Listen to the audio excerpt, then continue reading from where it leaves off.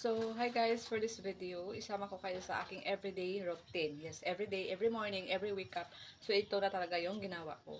So, first, pinatulog ko muna yung anak ko. Actually, morning na morning pa lang, pero pinatulog ko siya dahil alas 4 pa lang ng madaling araw is na gumising na siya. Kaya, pinatulog ko ulit. And then, after that, maglinis ako ng aming higaan. So, ito po ang daily routine ko everyday dahil ako po ay may dalawa ng anak at merong sariling bahay, merong sariling pamilya. Kaya ito yung ginagawa.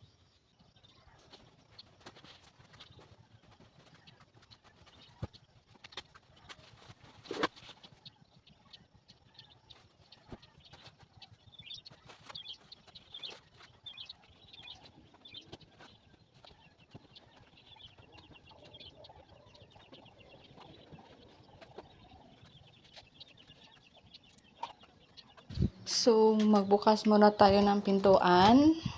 Ayan, ito yung sa labas ng aking pintuan. So, may mga flower tayo dyan.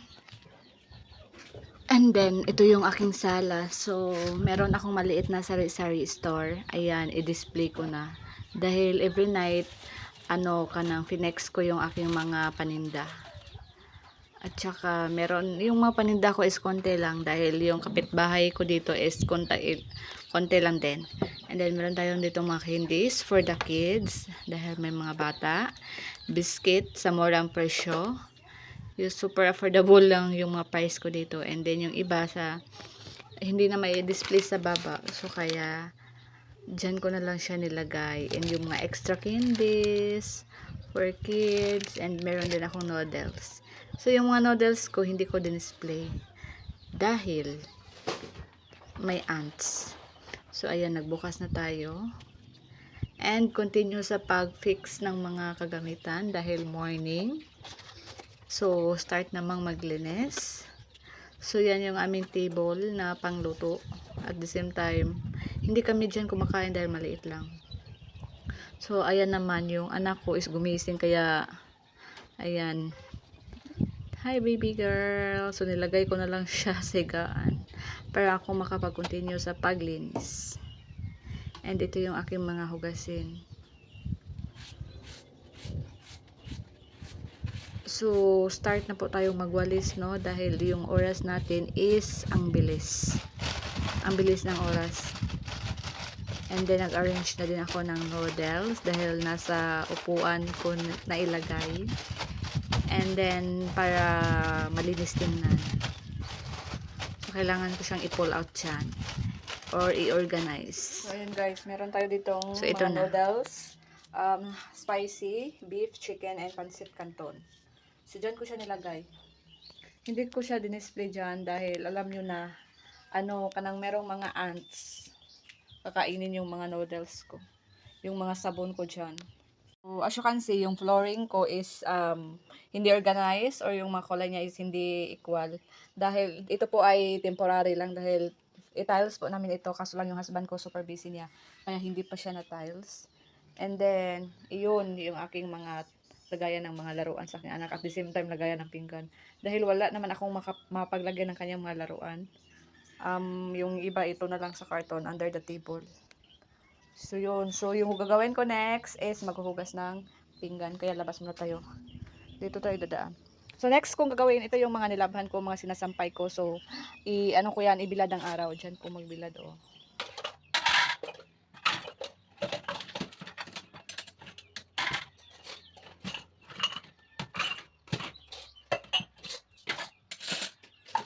Ito nga, kailangan tugasan dito. So, yung anak kasi is gumising. Yung pagpatulog ko sa kanya is hindi umaabot ng 15 minutes. So, tinulog ko siya ng halos 30 minutes. Ako nag-review sa kaniyang duyan. And then, after niya makatulog, gumising siya 5 minutes lang. So, sobrang bilis lang ng paggising niya. 30 minutes yung pagyugyog ko and then 5 minutes yung pag-sleep niya. So, ang bilis lang. Kaya hindi ko na siya niyugyog ng paulit-ulit kasi wala akong magawang trabaho. Wala akong magawa dito sa bahay. Hindi ako makapaglinis. Kakayugyog sa kanya ang bilis lang naman gumising. Kaya, hinayaan ko na lang. Sa loob ng aming dito ko nilagay yung aming rice. Ayan, malapit lang naman sa kitchen. Ayan siya. My 3 months. Hi, good morning. So ayan, labas muna ako dahil magsampay ako.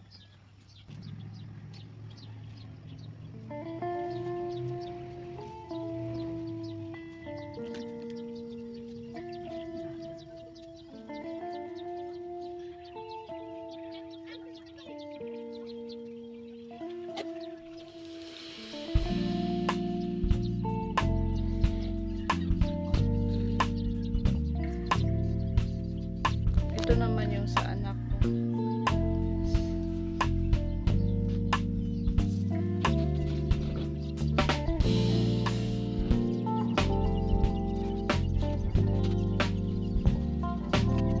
So, balikan ko na yung anak ko dahil umiiyak na siya.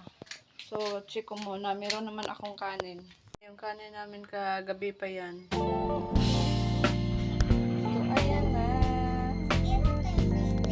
Alas 8 na, kaya po natulog kong anak. So, meron tayo ditong banana. So, banana is life dahil unlimited at fresh pa ito. And then, ako sa takore dahil yung anak ko is, paliguan ko. Langgana, lagyan ko ito ng hot water and yung cold water. Maliit lang dahil wala kaming water. Ayan, pwede na. Tanggalin na natin to. And then, ito naman. At saka yung apoy is, so lagay ito dito. Woohoo!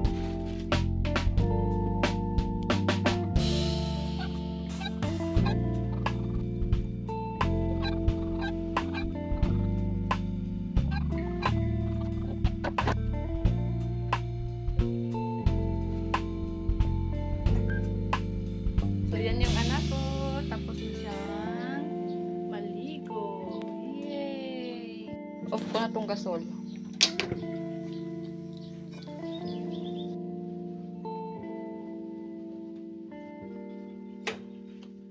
So ayan, luto ng aking banana. Wow, napakasarap at napakatamis.